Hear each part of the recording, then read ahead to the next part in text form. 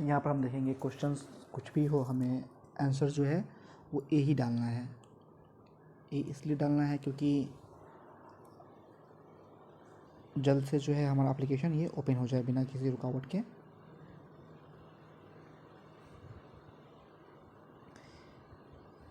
Your holding value, यहाँ पर हम देखेंगे कि हमने अपने डीमेट में जो शेयर्स हमने बाय करके रखा है उसका क्या वैल्यू चल रहा है। MTM book profit and loss. MTM मतलब ये होता है कि हमने कोई शेयर हमने इंट्राडे में हमने बाय किया है हमने, या कोई हमारा पोजीशन चल रहा है ट्रेडिंग में, जैसे ऑप्शन का या फ्यूचर का या MCX का कोई पोजीशन हमारा चल रहा है, तो उस पर मेरा कितना प्रॉफिट या कितना लॉस MTM मतलब आज के दिन चल रहा है वो हम MTM में हम देखते हैं। और बुक्ड P&L में हमने जो प्रॉफिट हमने बुक्ड कर लिया है, हम सबसे पहले ये देखेंगे कि डीमेट में हम फंड कैसे ऐड करें हम। तो ऐड फंड पे हम मुझे क्लिक करना है, पे इन पे आउट UPI पेमेंट, और हम नेट बैंकिंग से हम फंड ऐड करना चाहते हैं तो हम पे इन से ऐड कर लेंगे। हम यहाँ पे हमें सेगमेंट जो है एज इट इज़ रहने देना है। एक्सचेंज में कुछ भी सिलेक्ट कर सकते हैं हम। आपने जो बैंक मैप किया है ऑटोमेटिक वो आ जाएगा, अकाउंट नंबर आ जाएगा ऑटोमेटिक, IFSC कोड भी ऑटोमेटिक आ ही जाता है। और जो फंड आप ऐड जितना फंड आप ऐड करना चाहते हैं उतना आप यहाँ पे आप टाइप कर दोगे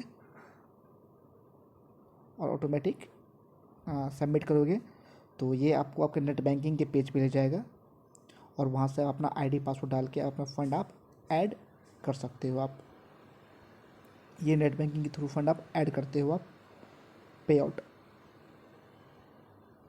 जो फंड आप विड्रॉल करना चाहते हो, जब जो सेटलमेंट फ़ंड होता है उस फंड को ही आप विड्रॉल कर सकते हो। सेटलमेंट मतलब ये है कि आपने कोई शेयर आपने सेल किया आपने, तो उसका पैसा जो है T+2 डेज़ में पूरा पैसा आपके डीमेट में आता है। तो जब पूरा पैसा आज T+2 डेज़ के बाद जब पूरा पैसा आ जाएगा उसके बाद आप वो विड्रॉल आप कर सकते हो। उससे पहले आप पूरा पैसा विड्रॉल आप नहीं कर सकते हो आप। तो सेटलमेंट से यही हुआ। सिर्फ सेटलमेंट में भी सेगमेंट में एज इट इज़ रहने देना है। एक्सचेंज में हमें NSE BSE जो भी करना हो वो हम कर सकते हैं। अमाउंट जो डालना हो डाल के सबमिट पे क्लिक करेंगे और हमारा प्रोसेस हो जाएगा, जिसके बाद हमें कुछ नहीं करना होता है। अगर आपने 2 बजे से पहले आपने T+1 डेज़ के मॉर्निंग में या इवनिंग में आपका पैसा आपके अकाउंट में आ जाएगा। ठीक है। अब थर्ड है UPI पेमेंट। UPI पेमेंट पे जैसे हम क्लिक करते हैं तो ये हमें ऑनलाइन पेमेंट पे ही हमें ले जाएगा। यहाँ पे मुझे कुछ करना नहीं है।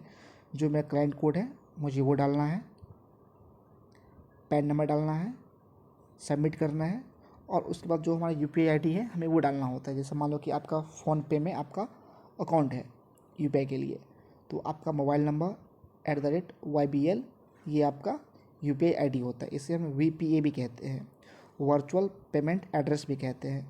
वो डाल देना है। उसके बाद वहाँ पे अमाउंट पूछेगा, जो अमाउंट डालना है वो डाल के आप जैसे ही सबमिट करते हो तो आपके फ़ोनपे पे नोटिफिकेशन आ जाएगा कि आप कितना फ़ंड आप ट्रांसफ़र करना चाहते हो, उसे आप क्लिक कर दो। आप तो क्लिक कर देते हो तो क्लिक करते ही आपका फ़ंड जो है डीमेट में वो ऐड हो जाएगा, जो आपको मार्जिन अवेलेबल में दिखेगा। मार्जिन अवेलेबल में आपको दिखेगा कि कितना फ़ंड आपके अकाउंट में है जिस पे आप ट्रेड करते हो आप। तो ये हो गया फ़ंड ऐड करने का प्रोसेस।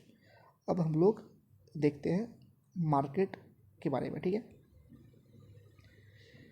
जैसे मार्केट पे क्लिक करते हैं तो हमें यहाँ पे म्यूचुअल फंड्स के बारे में भी हमें डिटेल्स होता है कि टॉप रेटेड पे म्यूचुअल फंड्स कौन सा है, कहाँ पे हम इन्वेस्टमेंट करें जहाँ से हमारे से टैक्स बचे, multi cap, large cap, mid cap.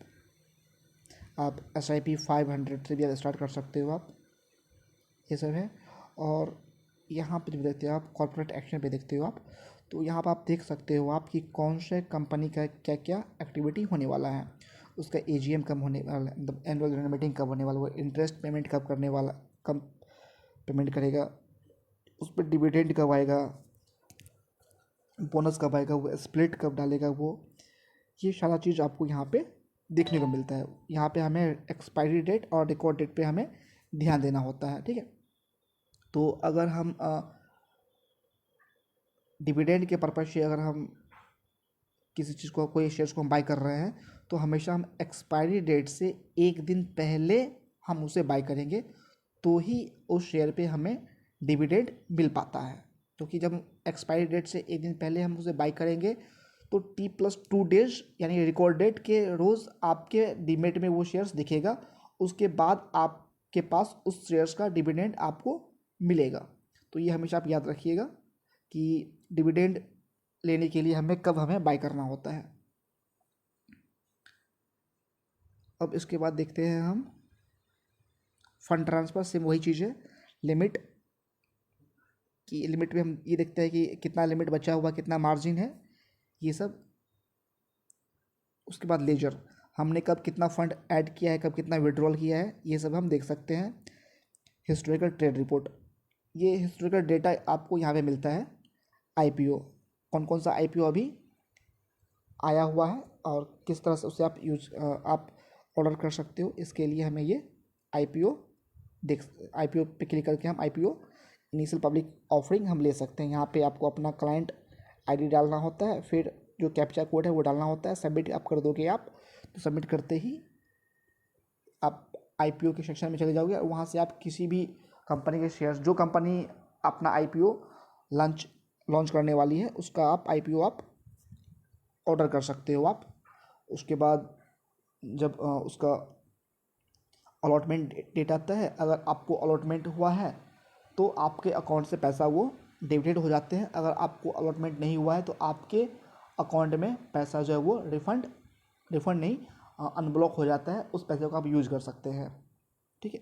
तो आईपीओ पे मैं एक अलग से वीडियो बनाऊंगा मैं आपको, तो आईपीओ क्या है, कैसे है, वो अच्छी जानकारी मैं आपको दे पाऊंगा मैं आपको उस सेक्शन में। मैं आपको प्लेज शेयर, इस पे होता क्या है कि आपके पास कोई शेयर है, ठीक है, और आपको कुछ फंड की ज़रूरत है, लेकिन आप शेयर बेचना नहीं चाहते हो आप, तो यहाँ से शेयर को आप प्लेज में डाल के आप उसके बिहाफ पे आप कुछ पैसा आप अपने अकाउंट में ले सकते हो आप, और शेयर आपका जो है वो गिरवी रहता है वहाँ पे रिसर्च कॉल। तो यहाँ पे क्या है रिसर्च कॉल पे कि कौन कौन सा रिसर्च कंपनी के द्वारा दिया गया है बीटीएसटी के लिए, चाहे 4 से 6 दिन रखने के लिए, इंट्राडे के लिए, ये सारा आप देख सकते हो आप। और इसके मुताबिक आप शेयर्स बाई भी कर सकते हो आप। यहाँ पे एक्सपेक्टेड रिटर्न भी है कि अगर आप ये शेयर बाई करते हो तो इस पर एक्सपेक्टेड रिटर्न कितना आपको मिल सकता है और क्या आपका स्टॉप लॉस है। तो ये जो भी यहाँ पर रिसर्च कॉल्स आते हैं, इसकी एक्यूरेसी जो है वो मोर देन 70 to 80% की एक्यूरेसी है, आप काम कर सकते हो आप इस पर आप, ठीक है। फिर म्यूचुअल फंड है, कैलकुलेटर है, रेफर अर्न है, प्रॉफिट मार्केट स्कूल है, ये सब भी आप यूज़ कर सकते हो, ठीक है। अब हम देखेंगे कि अब हमें कोई शेयर बाय करना है तो हम वो शेयर कैसे बाय करेंगे। तो हमें सर्च पे आना है, जैसे मान लो कि हमें SBIN, state bank of India के शेयर्स हमें बाय करना है, ठीक है। तो हमने देखा यहाँ पे EQ से ये मतलब है कि ये इक्विटी है और NSE का है ये BSE मतलब ये BSE ग्रुप का ये शेयर है, ये A ग्रुप का शेयर है ये। तो हमेशा अगर हम इक्विटी बाय कर रहे हैं तो हम हमेशा गौर करेंगे कि अधिकतर हम NSE से ही बाय करेंगे, क्योंकि यहाँ पे अधिकतर वॉल्यूम जो है वो ज़्यादा रहता है। हम जब चाहे तब बाय कर सकते हैं, जब चाहे तब हम सेल कर सकते हैं। बायर्स सेलर्स जो है हमेशा यहाँ पे अवेलेबल्स होते हैं, क्योंकि यहाँ पे वॉल्यूम ज़्यादा बनते हैं। यहाँ पे बाय करने के लिए मान लो कि हमें बाय पे क्लिक किया हमने, हमें 100 शेयर बाय करना है, ठीक है। तो 100 शेयर बाय करने में कितना फ़ंड लगेगा वो यहाँ पे बतला रहा है कि इतना फ़ंड लगेगा आपका बाय करने के लिए। इस प्राइस को हम लिमिट में है तो कम कर सकते हैं, ज़्यादा नहीं कर सकते। मान लो कि हम चाहते हैं कि जब इसका प्राइस 448 हो तो हम इसे बाय करें, तो ये हो जाएगा। यहाँ पे देखिए CNC यहाँ पे है, CNC मतलब कैश एंड कैरी। आपने कोई शेयर आपने बाय किया आपने, अब आप चाहते हो कि इस शेयर को मैं अधिक समय तक मैं अपने पास रखूँ, तो ये शेयर आपके डीमेट में T+2 डेज़ में ये आ जाता है ये शेयर। और जब आपका एक्सपेक्टेड जो रिटर्न हो वो मिल जाता है तो उससे आप बेच के आप मार्केट से आप बाहर हो सकते हो आप, CNC में। एक है MIS, ये होता है मार्जिन इंट्राडे स्क्वायर ऑफ। मतलब कि आपने एक दिन में आपने कोई शेयर आपने बाई किया, आपने जैसे मान लो कि स्टेट बैंक ऑफ इंडिया ही है, आप चाह रहे हो कि मैं इसका 100 शेयर बाई करूँ, मैं लगभग 4,40,000 लगेंगे, ठीक है, इस प्राइस पे अगर आप लेती हो तो। और एक दिन में अगर इसने